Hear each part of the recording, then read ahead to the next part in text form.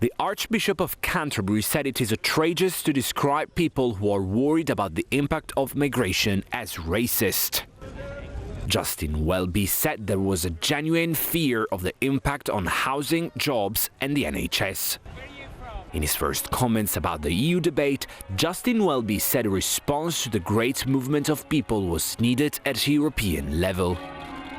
He said the scale of migration is such an enormous challenge that it can only be handled at a European level.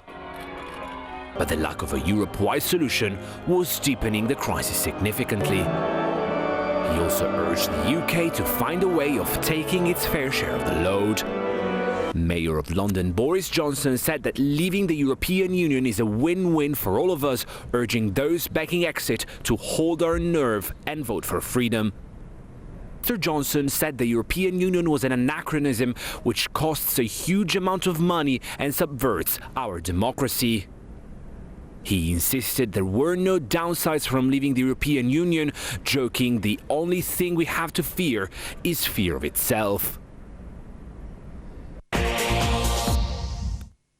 And now joining me to discuss those comments by the Archbishop of Canterbury, our political commentator Mohammed Ansar, Hector Marichetti from the Conservative think tank The Bow Group, and Mohammed Amin, who's chairman of the Conservative Muslim Forum. Welcome to the programme, all of you. Mohammed Ansar, what do you make of those remarks by the Archbishop of Canterbury? I'm really disappointed, actually. I've had a soft spot for the Church of England for a long time. I've worked with them regularly on programmes. I've spoken at their events and been really pushing forwards to try and have a closer working relationship and dialogue between interfaith communities, especially British Muslim communities and the Church of England. But I think ever since the Reform and Renewal programme was launched last year, there was this enthusiastic zeal for a modernisation within the church, of almost evangelising within the church. And I think Justin Welby's got this completely wrong. I think on the one hand, you cannot support bombing Syria, which he did.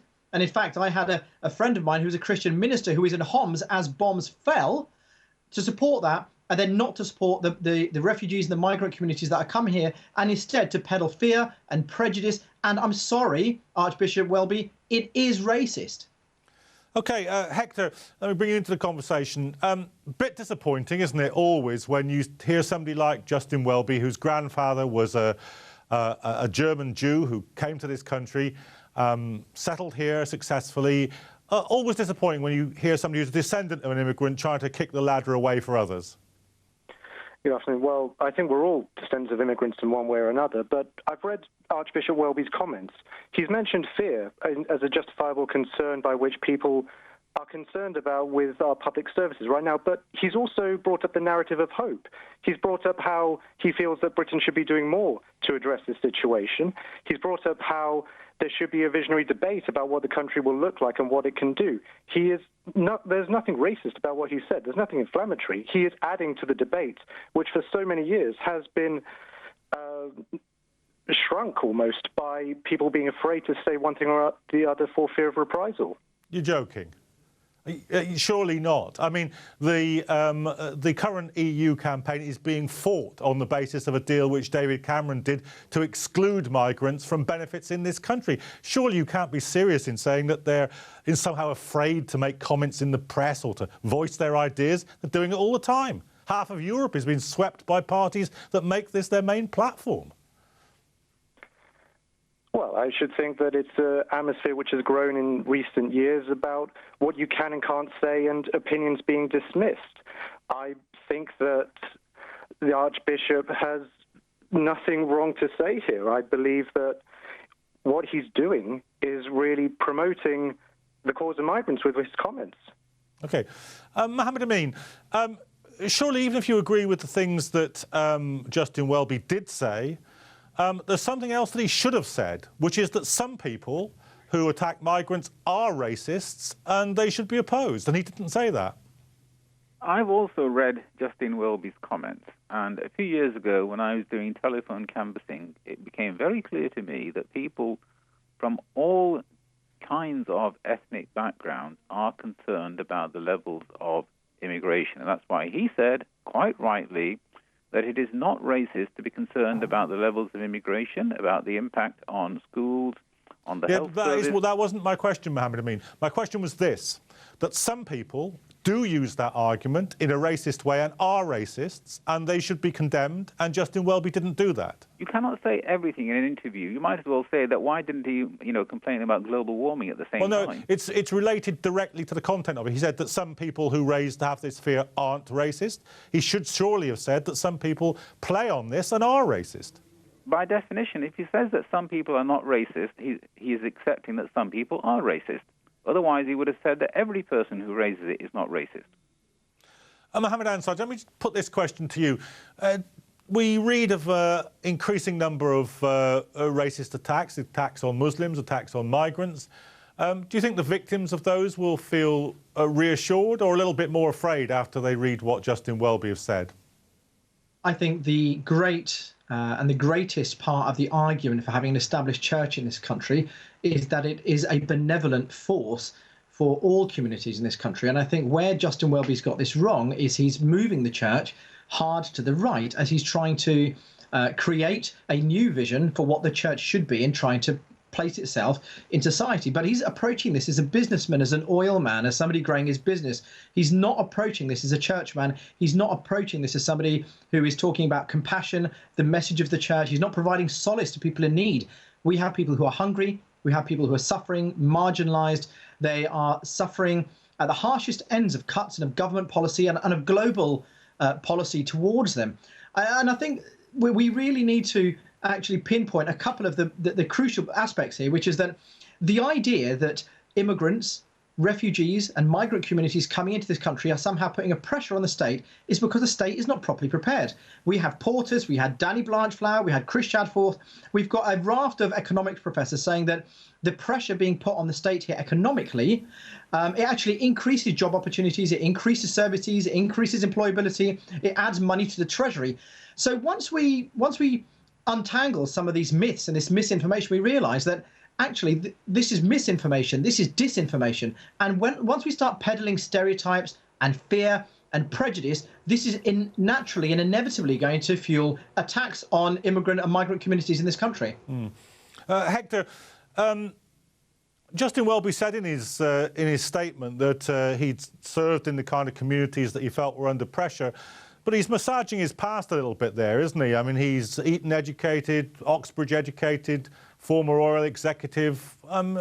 He's lived a long way from the kind of communities that are most affected by austerity or most affected by immigration.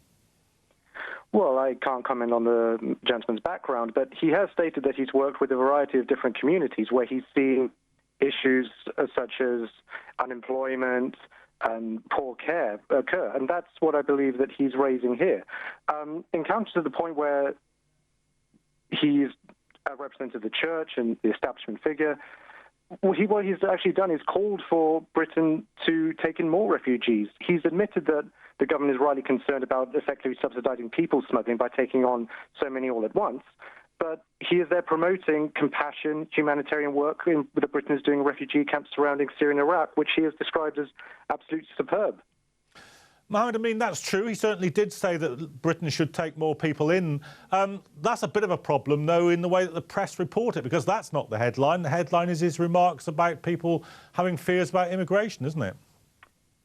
The headline was reporting something he said, which is absolutely correct, that many people who have concerns about immigration are not racist. And I have no problem with him saying that. Wouldn't you like to have seen a headline which said Archbishop of Canterbury says Britain should take more migrants? Because he did say that. Well, I mean, it's up to newspaper journalists what headlines they choose to write. And what do you conclude? And what do you conclude from the fact that they didn't choose to write that one? The refugee camps in Jordan and Turkey, and that is where we are spending vast amounts of money. We're, I think, the largest or second largest donor to those camps. And I think it's far more cost-effective to maintain and support refugees there than to bring them to the UK. Yeah, I understand that you don't agree with that. The question was this, though. Given that the Archbishop of Canterbury made two statements, one of which was to say that people who have fears about migration aren't racist, another of which was to say that Britain should take more migrants, given the fact that one of those statements has hit the headlines, the first, and the second one has not hit the headlines, do you think there's a problem in the way this is reported? Well, you have to ask that question of the newspapers. No, I'm asking you what your opinion of their decision is. They've obviously chosen the headline that actually helps to sell the most newspapers. OK. Mohammed Ensar, what do you think about the press response to this, given that there were two different statements from the Archbishop, one of which said we should take more migrants and one of which said people have legitimate fears? What do you make of the press reporting one but not the other, or predominantly reporting one but not the other?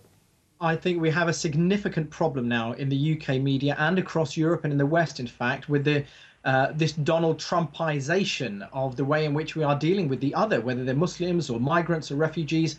The press have been absolutely scurrilous and with the way in which they've reported headlines and stories recently. We're talking about swarms, we're talking about migrants, we're talking about bunches, we're talking about cockroaches.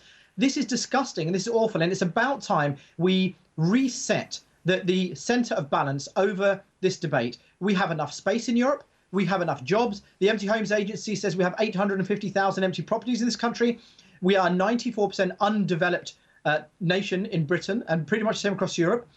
We are the richest territory and the richest continent on the planet. We've got enough space. We've got enough jobs. We've got enough money. We've certainly got enough resources. What we don't have is enough love and compassion. And actually, this is where the church is meant to be stepping in, taking a lead. And by not doing it, by peddling racist stereotypes, unjustified fears, economically completely unsustainable, Justin Welby's made a huge error. And I think he has to hold his hands up, apologise, and I think reset this debate, because they should be taking a lead and fighting for the cause which Christ would be supporting at this time, not taking the opposite position.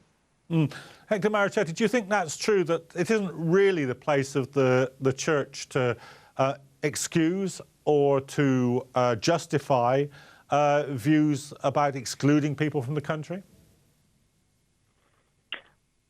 Hector? I appreciate that Archbishop Welby is Archbishop of Canterbury and represents the Anglican Church, but this is a personal interview which he himself has done. Now, Mr. Anwar did mention about resetting the narrative and the debate. Well, Archbishop Welby has already done so. Let's consider what was in the headlines, as you yourself were mentioning before. There's been stories about Her Majesty the Queen possibly or allegedly backing Brexit. There's been Mr. Longworth, who was head of the British Chambers of Commerce, standing down amid accusations of foul play by 10 Downing Street. That's been the debate on immigration with regards to the European Union. What Archbishop Welby has done is reset that in terms of what are people's actual concerns that's going on in their communities. And let's bear in mind that he himself has mentioned that communities can do more and be more absorbent. So are you concerned, I mean, I've had responses from both our other guests on this matter, but are you concerned with the way in which this story was reported? Because he did say two different things, and one of them is getting a lot more airplay than the other. Yes, I mean, that's the press looking for a good headline by which to sell, admittedly. So the narrative of hope and how Britain can do more, whether with the European Union or with the European continent, depending on the referendum results, that has been not reported as strongly as the headline grabber of fear and racism. And do you blame the press for that? Is that a wrong editorial decision? I believe that they've covered this story and other quotes by Archbishop Welby in their stories. The problem has been the headlines, which, of course, are angled to one particular comment. Mohammed Amin, do you think that he didn't say enough about other drivers of people's fears when people are worried about NHS provision? They are worried about sustainable jobs. They are worried about a housing crisis, irrespective of whether they think those are questions that are related or not to immigration. If you look at the way that the population of our country has been rising, immigration has been one of the biggest single contributors to the increase in population, which puts pressure on all of the things that you've mentioned, schools, the NHS, etc. And that is a perfectly realistic concern. It's a concern that's held by people from all different ethnic groups. We have to remember that this is our country. We are not compelled to take in everybody from the world who wants to come here. But surely, given that immigrants disproportionately contribute taxes and skills to the economy, they're a net economic gain. Some immigrants are a net economic gain. I'm all in favour of taking highly skilled immigrants who will contribute immediately to our economy. We have an obligation to take refugees if they come to this country, but we can do far more for the refugees in Turkey and Jordan than if we bring them to the UK. The last thing we want to do is to encourage more people smuggling, which is why I support the policies that David Cameron has laid down. Mohammed Ansar, the domestic population in this country is ageing, has probably aged by a decade in the last 20 years. No immigration means very many of the vital services in this country will fall to bits, doesn't it? Yeah, you're absolutely right. I mean, this is really a demographics issue. The church recognises, they did for their reform programme when they looked at it last year, that they have a demographic time bomb. I mean, in the country right now, and today's Friday, and on a Friday we have more mosque attendees each week than the church has church attendees each week. So the church recognises there's a demographic time bomb. We've got a record structural deficit in this country. We've got an ageing, white, indigenous, if you like, population. Why does nobody address the fact that it's been estimated by the World Bank that there are somewhere between 4.5 and 5.5 million Britons living abroad? That's getting on to 7, 8, 9% of the British population. In context, we've got less than 1% of Americans, about 3% of Spaniards, and a couple of percent of Australians are expats. So for a nation that's gone around the world, we'll be here all week if we start talking about our colonial past and the disgraces of our history, which we should be looking to hold our hands up over. We are then getting in hysteria over immigrants coming to this country who are net contributors to the Treasury. We've got reports from the Institute of Fiscal Studies. In fact, every think tank, more or less, who, other than not on the right, and let's be honest, the Bow Group are essentially UKIPers and Brexiters, so they have a vested interest in trying to peddle some of this hysteria about migrants, and they want to see us leave the EU come the referendum.